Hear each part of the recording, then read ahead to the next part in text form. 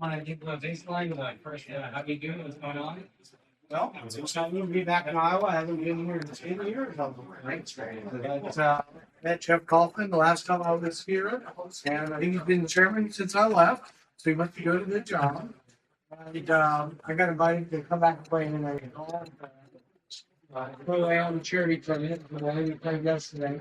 We decided to do some couple other places in the process. Somebody told me I was going to get to meet Zach Johnson. I haven't seen him anywhere.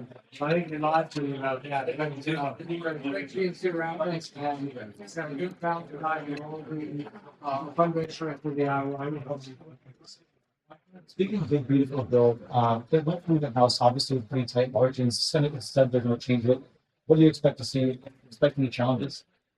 I'm kind of with Elon on this. With Elon Musk, we say it's hard to be big and beautiful.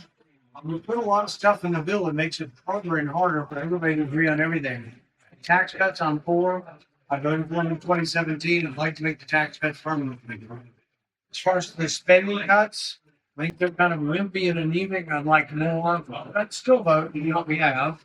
The main thing that's giving me heartburn is raising the debt ceiling $5 trillion. When you raise the debt ceiling $5 trillion, it'll be the largest increase in the debt ceiling ever in the history of our country. That gives me heartburn. And I think if Republicans vote to raise the debt ceiling that much, we own it. The debt, the debt, we've always blamed the other side. They spend the money. They raise the debt. I'm still one of the things from debt is hurting our country. Hurting $6 trillion from what? $1 trillion in interest. So that gives me heartburn. And I've told the president, I'm a no unless we separate out the debt ceiling. We take the debt ceiling off the bill. I'm pretty much a yes on most of the rest of it. Are you hearing any pushback from Republicans here in Iowa who want to see the president's agenda advance quickly? Some have. They come up and some people genuinely say to the president, I think I was elected also to be an independent voice for the president. But at the same time, and I do support the president. I like supporting him. I can talk to you about things I like what he's doing. But at the same time, there are things that we have some disagreements, and I don't think it would be right just to be quiet and not try to make them go away. So there's at least 3 or 4 of us right now who are no in the Senate, but we want to make it go. We want less spending, and I personally don't want to raise the debt ceiling. Other side of that coin, are you hearing from Republicans who say, we like President Trump, but we do have concerns about this bill? Particularly on that separate issue, but on the trade issue, everyone in my business community, including my farm bureau, they don't like tariffs. It's probably the system of the Iowa farm bureau as well. It's the American farm bureau that makes it trade is good. 20 to 25% of agricultural crops are exported. And so most farmers are believers in international trade. I still am.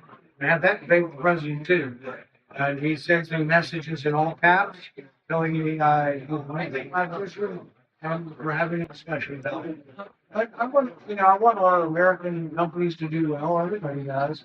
But I'm willing to tariffs on the net will actually be net negative for Iowa.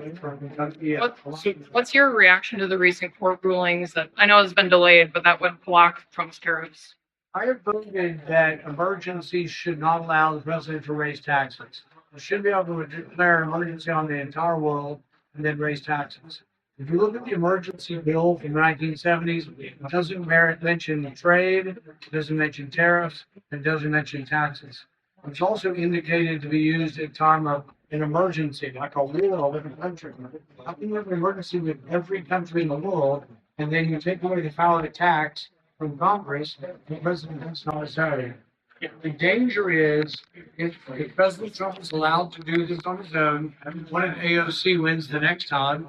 And AOC says there's a climate emergency in the whole world, and we're going to stop using gas cars tomorrow.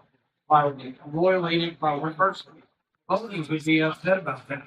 But you have to be consistent. So I've been for reform of the emergency powers when Biden was president, President Obama was president, and Trump was president. Well, I've always been for reform of these emergency powers. And so we'll see. I'm still for that. And I think that bills should, particularly tax bills, should originate in the House of Representatives like the Republicans. Speaking of Elon Musk, how do you feel about his departure from the Trump administration and what that means going forward for controlling federal spending? He's done a great job with Doge. I hope Doge continues on without him. I hope he will continue to give advice to the president. So I think we've been lucky to have somebody, the world's richest man, one of the most successful industrialist, inventor, innovator. We're very lucky to have him donate his time, and I hope he will stay on. Your opinion.